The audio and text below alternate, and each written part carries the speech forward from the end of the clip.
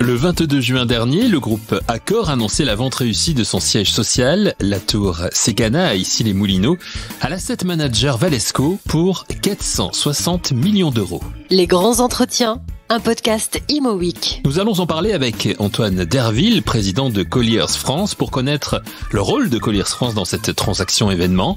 Avec lui, nous aborderons aussi en cette rentrée 2023 la situation du marché et les perspectives de Colliers France.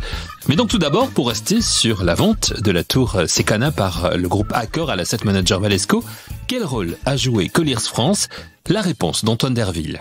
Le rôle de Colliers France dans cette transaction, il est très simple. Nous, on est partenaire d'Accor depuis longtemps et le groupe Accor nous avait mandaté pour la cession de ces murs, puisqu'il s'agit d'un sell and leaseback, que Accor est reparti sur un bail ferme de 12 années et charge à nous de vendre les murs dans un sell and leaseback assez classique. Mais ça ne vous aura pas échappé dans un marché quand même assez complexe. On va y revenir, j'imagine.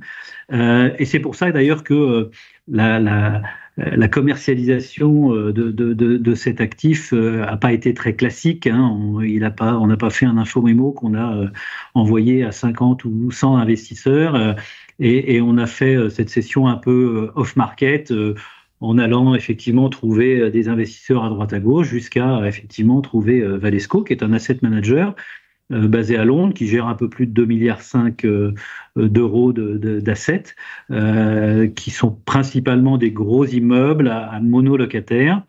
Donc c'est pour ça qu'effectivement cet immeuble assez emblématique est connu de tout le monde parce qu'il est vraiment situé en bordure périphérique et tout le monde le voit très régulièrement, a effectivement eu les faveurs de Valesco qui a réussi à finaliser cette session il y a quelques semaines. Valesco, il gère de l'argent d'investisseurs institutionnels et de fonds souverains, qui sont sans doute moins regardants sur le temps et qui ont le temps avec eux, ce qui fait qu'effectivement aujourd'hui, même si l'affaire a été longue, comme toutes les affaires en ce moment, parce qu'il y avait des problématiques de financement qui étaient importantes, et là aussi j'imagine qu'on y reviendra, mais voilà, l'affaire s'est closée effectivement avant l'été, et c'est vrai que toutes les parties sont très heureuses et Colliers est très fier de cette opération qui est effectivement une des opérations les plus importantes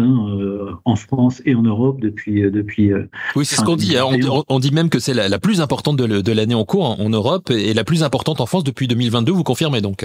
Oui, a priori, je le confirme, oui, tout à fait. J'imagine que vous avez dû enquêter aussi sur tout ça, mais ça a fait effectivement l'opération la plus importante, oui, tout à fait. Est-ce qu'on peut parler, si vous le voulez bien, Antoine Derville, du marché de l'immobilier du bureau qui, on le sait, n'est pas véritablement au mieux de sa forme. Dans l'une des dernières publications vidéo de Colliers France, justement, il y a quelques jours, votre directeur général, Ludovic Delesse, annonçait une baisse de 20 à 30% des besoins des entreprises, avec aujourd'hui un taux de vacances moyen de 8% et des inégalités de traitement à Paris par rapport à la région Île-de-France plus impactée.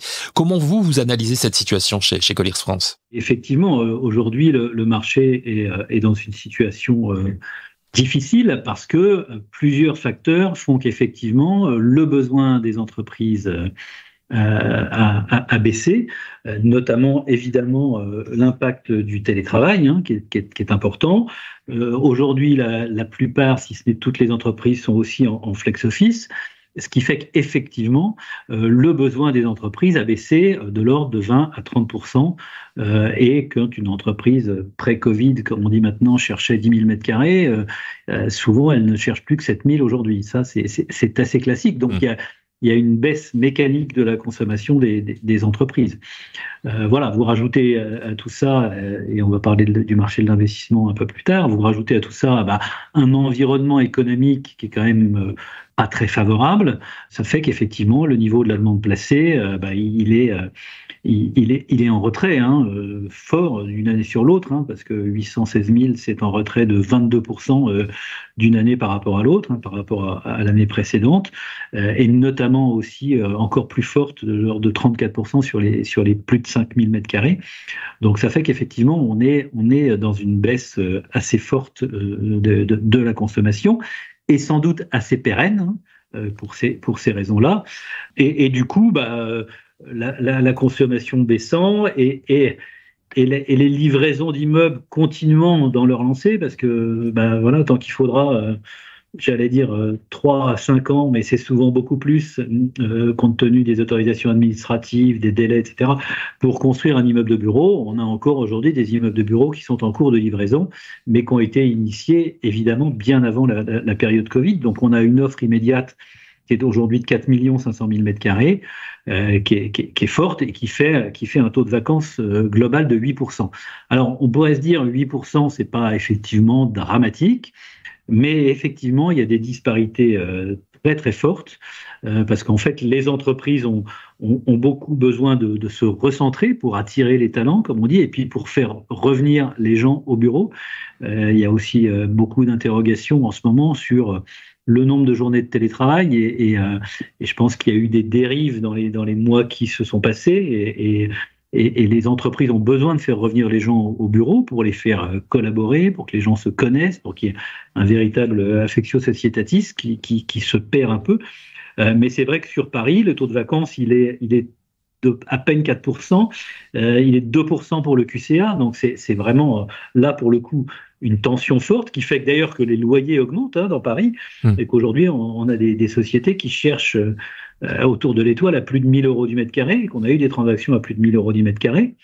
Qui aurait pu penser ça il y a 2 ans en période de Covid, mais à côté de ça, effectivement, on a des secteurs hyper offreurs, sur-offreurs, en première couronne nord, ou encore dans ce qu'on appelle le péridéfense, où le taux de vacances est supérieur à 20%, et où là, évidemment, les valeurs locatives s'ajustent fortement, et il se crée en fait un écart incroyable, et une hiérarchie des valeurs qui est plus tellement respectée, puisque vous prenez un immeuble ou des transactions qu'on a pu faire à près de 900 euros du mètre porte-maillot, et à moins de 300 euros du mètre à la Défense. Donc vous voyez qui sont à des distances tout à fait raisonnables, et à une station ou 2 stations de métro. Donc il y a effectivement un marché immobilier locatif qui est compliqué à analyser, qui est difficile à appréhender, mais ce qui est à peu près certain maintenant, c'est que voilà, les 2,3 millions, 2,4 millions mètres carrés de consommation qu'on avait par an en moyenne décennale là, depuis des années, je pense qu'il va falloir faire une croix dessus, et qu'on va plutôt être maintenant aux alentours de 1,7 million, 1,8 million. Ce qui reste malgré tout des beaux volumes. Oui. Certains marchés étrangers nous les envieraient. Mais voilà, ça veut dire malgré tout, il faut se recaler à ces volumes-là. Et puis surtout, il faut analyser cette différence de valeur absolument incroyable, et ces écarts de valeur entre des sites. Mais ce qui veut aussi sans doute dire que il y a en Île-de-France sans doute entre 5 et 8 millions de mètres carrés de bureaux en trop. Et il y a aujourd'hui des immeubles de bureaux qui ne verront plus de locataires. Donc ces immeubles, il faut les transformer, travailler là-dessus. Mais ce qui est toujours un travail de longue haleine, parce que c'est compliqué économiquement, fiscalement. Les mairies ne sont pas toujours aussi d'accord pour transformer des immeubles de bureaux. Donc il y a encore beaucoup de freins à tout cela. Le constat que l'on peut faire en écoutant Antoine Derville, c'est que nous sommes dans une période de transition en matière d'usage, couplée à une crise économique qui font que les entreprises aujourd'hui n'ont pas le choix et doivent s'adapter à la situation. Antoine Derville. Ça c'est sûr. Alors vous savez, d'un autre côté, fin 2019 ou début 2020, si on vous avait dit dans quelques mois il va y avoir une crise sanitaire qui va arrêter le pays, une guerre et une période d'inflation, vous auriez sans doute dit mais non, vous êtes très très pessimiste, voyons, tout ça ne va pas arriver. Et c'est pourtant à ça qu'on est confronté. Donc il y a effectivement un changement important de paramètres qui fait qu'effectivement il va falloir s'adapter et adapter le marché à ça. Le marché de l'investissement en immobilier, justement, vous l'évoquiez il y a quelques instants, en immobilier d'entreprise, qui subit aussi une baisse record de 66%, freinée bien sûr par la hausse des taux d'intérêt. Et on l'a encore vu ces derniers jours, on annonce des taux d'intérêt au-delà de 5%. Est-ce que cette situation, comment vous, Antoine Derville, le professionnel que vous êtes, comment vous voyez cette situation évoluer ? Déjà, effectivement, je l'observe. Alors 66%, c'est la baisse du deuxième trimestre 2023 par rapport au deuxième trimestre 2022.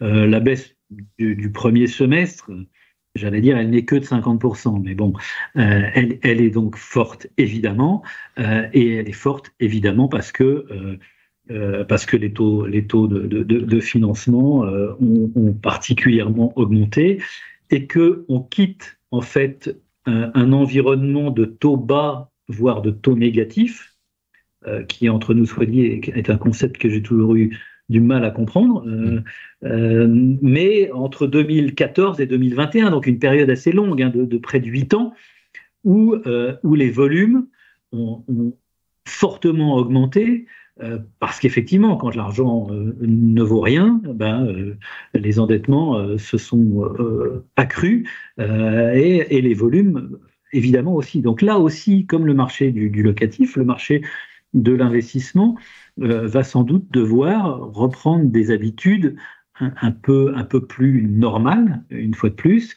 et les 20 à 30 milliards d'investissements qu'on a vus pendant ces années-là, de 2014 à 2021, de taux bas ou négatifs, sont sans doute derrière nous pour un bon moment, et fort à parier qu'on va revenir à des niveaux entre 10 et 15 milliards dans les années qui viennent. Alors, pour combien de temps, évidemment, une fois de plus, je suis incapable de vous le dire, parce que d'autres événements peuvent survenir, etc.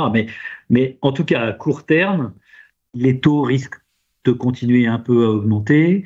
Il n'y a pas encore la stabilisation qu'on attendait un peu avant l'été pour le deuxième semestre 2023. Donc la situation ne va pas reprendre énormément en volume, et laisse augurer sans doute d'une année aussi 2024 assez compliquée, parce que c'est une année où il faudra que les valeurs vénales et les experts baissent les valeurs, tout ça se recadre, et vous savez qu'en France, voilà, tout ça se recadre toujours assez lentement, qu'il va falloir sûrement prendre un peu son mal en patience. Alors, évidemment, comme dans toutes ces périodes de crise, ça va créer des opportunités, parce qu'il va y avoir des vendeurs qui vont être un peu les vendeurs forcés. Donc d'autres catégories d'acquéreurs vont reprendre le lead. Donc, vous voyez, entre 10 et 15 milliards, vous m'auriez dit ça il y a 20 ans, je vous aurais dit c'est incroyable, on ne va jamais les atteindre. Donc, voilà, tout est relatif aussi, mais c'est toujours ces périodes de réadaptation qui sont difficiles à passer et à appréhender, ça c'est sûr. Voilà, et à voir combien de temps cette période d'adaptation va durer. C'est un petit peu en tout cas, aujourd'hui, on ne voit pas tellement comment elle ne pourrait pas durer au moins jusqu'à fin 2024. Dans ce contexte, quelles sont aujourd'hui les ambitions de Colliers France? C'est ce qu'Antoine Derville va nous dire, en nous donnant également quelques exemples de contrats et de missions de conseil qui font partie de l'agenda de Colliers France. Écoutez, d'une manière générale, moi j'ai repris la direction de l'entreprise fin 2020, et il faut se le rappeler parce qu'on a tendance à oublier, on garde souvent que les bonnes choses, mais j'ai repris la direction de l'entreprise en novembre 2020, c'était le premier jour du deuxième confinement, donc période difficile aussi à appréhender. Mais voilà, j'ai repris la direction de cette entreprise parce que c'est une entreprise canadienne dont le siège social est basé à Toronto, et qui m'a donné beaucoup de possibilités de réformer l'entreprise en France et en Belgique qui en avait besoin. Donc on a établi un plan de 2021-2025, un plan de fort développement, où l'objectif est de doubler le chiffre d'affaires pendant cette période et de restaurer un niveau de marge forte. Et depuis, je veux dire que l'entreprise s'est fortement transformée en 2 ans et demi. 2 ans et demi sont passés déjà. Pour vous donner un ordre d'idée, entre 2021 et 2022, on a recruté 150 personnes et il y a 100 personnes qui ont quitté l'entreprise. Donc, vous voyez, d'abord, c'est un solde positif de 50 personnes et puis surtout, c'est un board totalement renouvelé, des équipes restructurées, pour certaines en création et en fort développement. Et surtout, le modèle aussi de Colliers est un modèle qui hérite aussi, de par l'histoire, d'un fort attrait pour le conseil aux utilisateurs. Et du coup, j'ai aujourd'hui un chiffre d'affaires très équilibré entre beaucoup d'offres de services, que ça soit effectivement un tunnel très très très très très fort, mais aussi beaucoup d'équipes de project management qui agissent en contractant général ou en AMO, beaucoup d'équipes qui font du conseil pur en stratégie immobilière, en schéma directeur immobilier. On est beaucoup le conseil de l'État au travers de l'UGAP et de la DIE, donc ça c'est des contrats récurrents. On fait aussi énormément de conseils en workplace et en change management. Donc ça c'est aujourd'hui des choses qui marchent bien parce que toutes les entreprises qui ont le projet de bouger ou de restructurer leurs locaux se posent cette question de passage en flex office, de workplace, comment je travaille maintenant, avec une fois de plus la problématique du télétravail, comment mes managers et mon middle management agit dans ce nouvel environnement. Donc ça, c'est très actif pour nous. On a recréé et renouvelé des équipes de transactions locatives et de transactions à l'investissement, avec certains beaux succès qu'on connaît. Mais si vous voulez, j'ai un chiffre d'affaires très équilibré. J'ai aussi des équipes expertise, des équipes de property management, et j'ai des équipes en région aussi, à Lyon, Toulouse, Marseille, Aix. Donc aujourd'hui, le plan initial suit son cours, que notre chiffre d'affaires va progresser entre 2022 et 2023 d'environ 12%, ce qui, objectivement, dans le contexte actuel, était pas évident et reste compliqué. Alors après, 2024, on ne sait pas comment sera l'année. C'est toujours les mêmes angoisses depuis que je fais ce métier. On repart un peu à zéro et il va falloir remettre des pipes et des affaires. Mais en tout cas, voilà, le plan se passe conformément à ce qu'on avait envisagé, un peu moins rapidement et très objectivement dans cet environnement compliqué. Mais en tout cas, voilà, l'entreprise s'est bien transformée et elle s'est professionnalisée. Toutes les business lines travaillent bien ensemble. Donc, c'est plutôt un bilan très positif. Et voilà, maintenant, on attend effectivement avec impatience savoir comment vont se passer les années 2024-2025. Parce qu'on est évidemment tenu par l'activité économique globale et générale. Et comme je vous le disais, voilà, le fait qu'on ait affronté cette crise sanitaire, cette guerre, cette période d'inflation, de forte hausse des taux, on a vraiment changé d'environnement et ce qui va se passer encore dans les 12 à 24 mois qui viennent va être des choses, à mon avis, un peu différentes de ce qu'on a connu, voilà, les 8-10 dernières années, c'est sûr. Donc un bilan positif pour Colliers France. Et en même temps, cette période qui est difficile, j'imagine que pour le professionnel que vous êtes, c'est aussi, et on va conclure avec ça, c'est aussi quelque chose d'excitant. C'est très excitant, je ne peux pas vous dire le contraire. J'ai repris la direction de cette entreprise avec beaucoup d'enthousiasme, avec une fois de plus un actionnaire qui m'a donné les moyens de me développer et qui me laisse beaucoup d'autonomie dans la gestion de cette entreprise. Et c'est toujours effectivement ce que j'ai beaucoup aimé. Et ce que j'aime bien, c'est deux choses. C'est diriger une entreprise et la restructurer et la redévelopper. Et puis j'aime surtout l'immobilier et le contact avec mes clients, ce que je fais depuis 30 ans et depuis plus de 30 ans. Et donc voilà, j'allie ces deux passions avec toujours autant d'énergie et il en faut, et je pense qu'il en faudra dans les années qui viennent. Et il n'en manque pas d'énergie, Antoine Derville, président de Colliers France, que l'on remercie. Merci aussi à vous d'avoir écouté ce nouvel épisode. On se retrouve la semaine prochaine pour Les grands entretiens, un podcast Imo Week.